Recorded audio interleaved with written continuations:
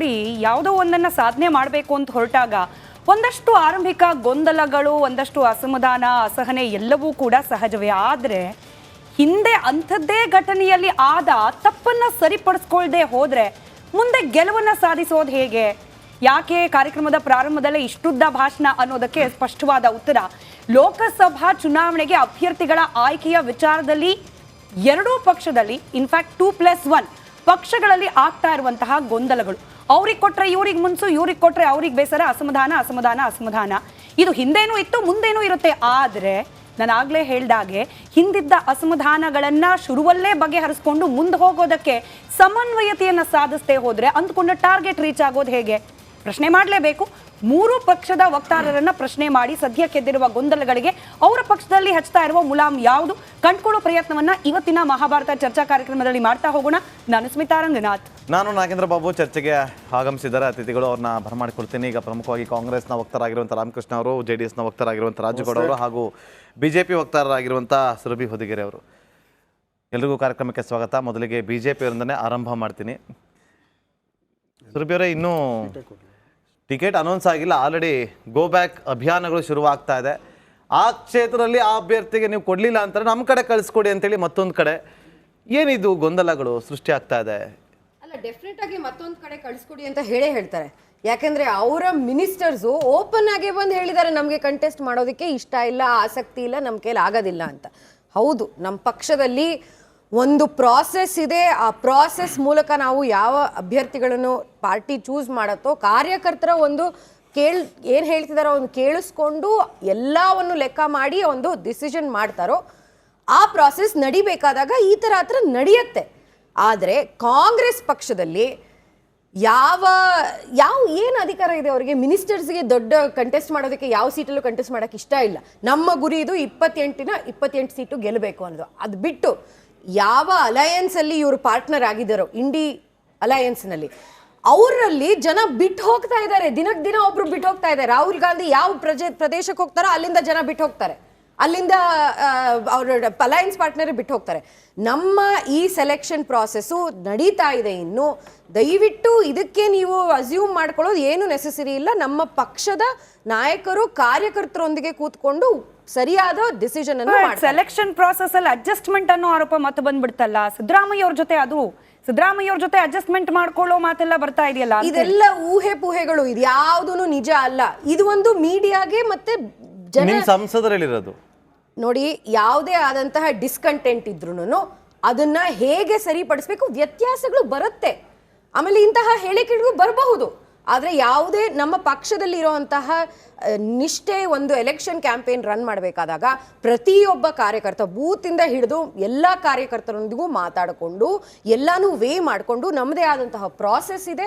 ಆ ಪ್ರಾಸೆಸ್ನ ಫಾಲೋ ಮಾಡಿಕೊಂಡು ನಾವು ಒಂದು ಟಿಕೆಟ್ನ ಅನೌನ್ಸ್. ಇದು ಹೆಂಗೆ ರಾಮಕೃಷ್ಣ ಅವರ ಲೆಕ್ಕಾಚಾರ? ಪ್ರತಾಪ್ ಸಿಂಹ ಅವರು ಇನ್ ಕೇಸ್ ಏನಾದ್ರು ಟಿಕೆಟ್ ಸಿಕ್ಕಿ ಅಲ್ಲಿ ಗೆದ್ದು ಬಿಟ್ರೆ ಸಿದ್ದರಾಮಯ್ಯ ಅವರ ಸೀಟ್ ಅಲ್ಲಾಡುತ್ತಂತೆ. ಯಾವ ಲೆಕ್ಕಾಚಾರ ಇದು? ಗೊತ್ತಿಲ್ಲ. ಅವರು ಇಷ್ಟು ದಿನ ಅವ್ರ ಜೊತೆ ಇದ್ದಂಥ ಸ್ನೇಹಿತರು ಕರ್ಕೊಂಡು ಪಾರ್ಲಿಮೆಂಟನ್ನ ಹಾಳು ಮಾಡಿದವರು ಇವೆಲ್ಲ ಹಾಳು ಮಾಡ್ತಾರೆ. ಪಾರ್ಲಿಮೆಂಟನ್ನೇ ಹಾಳು ಮಾಡೋಕೆ ಕೊಟ್ಟಿದ್ದವರು, ಇರ್ತಕ್ಕಂಥ ಸರ್ಕಾರನ ಬೀಳಿಸ್ತಕ್ಕಂಥದ್ದು, ದೇಶದಲ್ಲಿ ಇರ್ತಕ್ಕಂಥ 511 ಜನ MP ಗಳು MLAಗಳನ್ನ ಅವ್ರ ಕಡೆ ತೆಕ್ಕೆಗೆಳ್ಕೊಳ್ಳೋದು, ಇಲ್ಲಾಂದ್ರೆ ಅವ್ರ ED IT CBI ಬಿಟ್ಟು ಹೇಳ್ಕೊಳ್ಳೋದು, ಅದೆಲ್ಲ ಇದೆ. ಅಂಥವ್ರ ಮಾತಿಗೆ ನಾವು ಬೆಲೆ ಕೊಡ್ತಕ್ಕಂಥದ್ದು ತಪ್ಪಾಗುತ್ತೆ. ಪ್ರಜಾಪ್ರಭುತ್ವ ಹಾಳಾಗೋಗುತ್ತೆ. ಅವ್ರ ನಾನು ಹೇಳ್ತಕ್ಕಂಥದ್ದು ನಮ್ಮ ಕರ್ನಾಟಕದಲ್ಲಿ ಕಾಂಗ್ರೆಸ್ ಪಕ್ಷ ಭದ್ರವಾಗಿದೆ. ಹಾಗೂ ಇಡೀ ದೇಶಕ್ಕೆ ಅತ್ಯುತ್ತಮ ಕ್ಯಾಬಿನೆಟ್, ಎಲ್ಲ ಕ್ಯಾಬಿನೆಟ್ ಮಂತ್ರಿಗಳು ಕೂಡ ದಿನ ಬೆಳಗಾರ ಸಂಜೆವರೆಗೂ ಏನಾದರೂ ಒಂದು ಈ ರಾಜ್ಯವನ್ನು, ಈ ದೇಶಕ್ಕೆ ನಂಬರ್ 1 ಮಾಡಬೇಕು ಅಂತೇಳಿ, ನಂಬರ್ 2 ಇದ್ದೀವಿ, ನಂಬರ್ 1 ಮಾಡಬೇಕು ಅಂತೇಳಿ ತುಡಿತಾ ಇರ್ತಕ್ಕಂಥ ನಾಯಕರುಗಳಿದ್ದಾರೆ. ಅವ್ರು ನಿಂತ್ಕೊಳ್ಳಿ ಅಂತ AICC ಹೇಳಿದ್ರೆ ನಿಂತ್ಕೊಳ್ತಾರೆ, ಇಲ್ಲ ಒಬ್ಬ ಕಾರ್ಯಕರ್ತರ ಹೇಳಿದ್ರು ನಿಂತ್ಕೊಳ್ತಾರೆ, ಇಲ್ಲ ಇನ್ಯಾರಾದ್ರೂ ನಿಂತ್ಕೊಳ್ಳಿ ಅಂತ ಹೇಳಿದ್ರೆ ನಿಂತ್ಕೊಳ್ಳೋದ್ರಲ್ಲಿ ಯಾವುದೇ ಅನುಮಾನ ಇಲ್ಲ. 28 ಕ್ಷೇತ್ರಕ್ಕೂ ನಾವು ಈಶ್ವರ್ ಖಂಡ್ರೆ ಅವ್ರು ನನಗೆ ಬೇಡವೇ ಬೇಡ ಅಂತಿದಾರಪ್ಪ, ಕೊಟ್ರೆ ಮಗನ್ ಕೊಡಿ, ನನಗಂತೂ ಬೇಡವೇ ಬೇಡ ಅಂತಿದ್ದಾರೆ. ಇರ್ಲಿ, ಅದು ಹಿಂದಿಂದದು. ರಾಜಶೇಖರ್ ಪಾಟೀಲ್ ಅವರು, BR ಪಾಟೀಲ್ ಅವರು, ನಾನು ಒಪ್ಕೊಂಡೆ. ಈಶ್ವರಪ್ಪನವ್ರ ಮಗನ್ ಕೊಡಿ ಅಂತ ಹೇಳ್ತಾರೆ.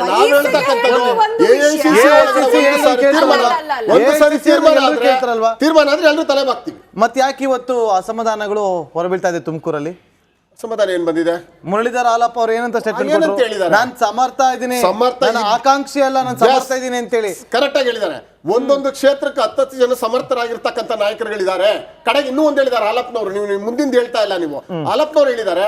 ಆದ್ರೂ ಕೂಡ ನನ್ನ ಪಾರ್ಟಿ ನನಗೆ ಏನ್ ಹೇಳಿದ್ಯಾ ಜವಾಬ್ದಾರಿಯನ್ನ ಮಾಡ್ತಾನೆ, ಈ ಪಾರ್ಟಿಯಲ್ಲಿ ನಾನು ಮುಂದುವರಿತೇನೆ. ಇನ್ನೊಂದು ಹೇಳಿದಾರೆ, ಘೋಷಣೆ ಮಾಡಿದಿರಿ ಟಿಕೆಟ್ ಕೊಡ್ಬೇಡಿ ಅಂತ, ಅದನ್ನು ಹೇಳಿ. ಯಾವ್ದು? ಇನ್ನೊಂದು ಮಾತು ಹೇಳಿದಾರೆ, ಘೋಷಣೆ ಆಗಿದೆ ಟಿಕೆಟ್ ಕೊಡ್ಬೇಡಿ ಅಂತ. ಭದ್ರತೆ ಬಗ್ಗೆ ಮಾತಾಡ್ತಾರೆ. ಕಾಂಗ್ರೆಸ್ ಸರ್ಕಾರ ಕರ್ನಾಟಕದಲ್ಲಿ ಭದ್ರವಾಗಿದೆ ಮತ್ತೆ ಕಾಂಗ್ರೆಸ್ ಭದ್ರವಾಗಿದೆ ಅಂತ. ಭದ್ರತೆ ಬಗ್ಗೆ ಮಾತಾಡೋದಕ್ಕೆ ನಿಮ್ಗೆ ಅಧಿಕಾರ ಇದೆಯಾ? ಈ ಒಂದು ಪಾಕಿಸ್ತಾನ ಜಿಂದಾಬಾದ್ ಅಂತ ಹೇಳಿಕೆ ಮಾಡಿರುವಂತದ್ದು ಯಾವ ತರ ರಿಯಾಕ್ಟ್ ಮಾಡಿದ್ರು? ಅಲ್ಲ, ದೇಶ ಬೈದಲಿದ್ಯಾ?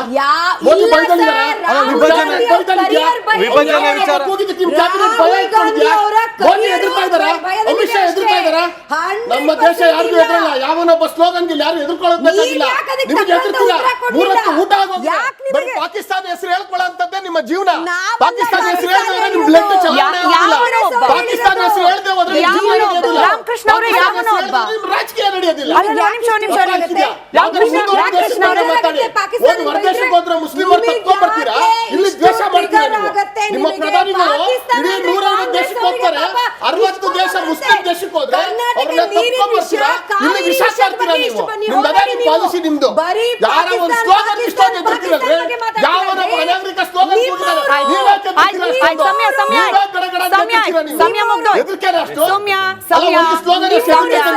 ಒಂದ್ 10 ಸೆಕೆಂಡ್ ರೆಸ್ಟ್ ಮಾಡಿ. ರಾಜುಗೌಡ್ರು ಪಾಪ ಶಾಂತವಾಗಿ ಕೂತಿದ್ದಾರೆ. ರಾಜುಗೌಡ್ರ ಸಿದ್ದರಾಮಯ್ಯ ಅವರು ಇವತ್ತು ಮಂಡ್ಯದಲ್ಲಿ ಆಯ್ತು ಸರ್, ಆಯ್ತು ಸರ್, ನೀವು ಟೈಟಲ್ ಕೊಟ್ರಿ, ಅವ್ರು ಒಪ್ಕೊಳ್ಳೋದು ಬಿಡೋದು ಅವ್ರ ಇಷ್ಟ. ಫಿಲ್ಮ್ ಬೇರೆ ರಿಲೀಸ್ ಮಾಡ್ತಿದ್ದಾರೆ, ಅದೇ ಟೈಟಲ್ ಇಡ್ತೀರಾ ನೋಡಿ ಸರ್, ಚೇಂಜ್ ಮಾಡಿ. ಎನಿವೇ, ಕಮಿಂಗ್ ಬ್ಯಾಕ್, ದೇವೇಗೌಡರ ಬಗ್ಗೆ ಇವತ್ತು ಪುಂಖವಾಗಿ ಸಿದ್ದರಾಮಯ್ಯ ಅವ್ರು ಹೇಳಿದ್ದಪ್ಪ. ದೇವೇಗೌಡರು ಕಣ್ಣೀರ್ ಹಾಕಿದ್ರೆ ಇವಾಗ ಯಾರು ಬೆಲೆ ಕೊಡೋದಿಲ್ಲ. ದೇವೇಗೌಡರು ಹೇಳ್ಬಿಟ್ಟಿದ್ರು ಮೋದಿ ಪ್ರಧಾನಿ ಆಗ್ಲಿಕ್ಕೆ ಸಾಧ್ಯನೇ ಇಲ್ಲ, ಹಾಗಾಗ್ಬಿಟ್ರೆ ದೇಶ ಬಿಟ್ಟು ಹೋಗ್ತೀವಿ.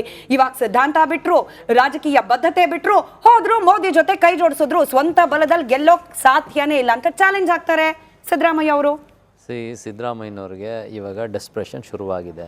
ಕಾರಣ ಏನು ಗೊತ್ತಾ? ಕೈಲಾಗ್ದವ್ರು ಮೈ ಪರ್ಚ್ಕೋತಾರೆ ಅಂತ ಒಂದು ಅದ್ಭುತವಾದ ಗಾದೆ ಕನ್ನಡದಲ್ಲಿ ನಮ್ಮ ಹಿರಿಯರು ನಮಗೆ ಕೊಟ್ಟಿದ್ದಾರೆ ಬಳುವಳಿಯಾಗಿ. ಅಂದರೆ ಈಗ ಅವ್ರ ಪರಿಸ್ಥಿತಿ ಏನಾಗ್ಬಿಟ್ಟಿದೆ ಅಂದರೆ ಇನ್ನೆಲ್ಲಿ ಸೋಲಿನ ಭಯ ಕಾಡುತ್ತೋ ಅನ್ನೋ ಒಂದು ಕಾರಣ. ಆಮೇಲೆ ಇವ್ರು ಹೇಳಿದ್ರು, ನಮಸ್ಕಾರ, ಕರ್ನಾಟಕ ಪ್ರೈಮ್ ಟೈಮ್ಗೆ ಸ್ವಾಗತ.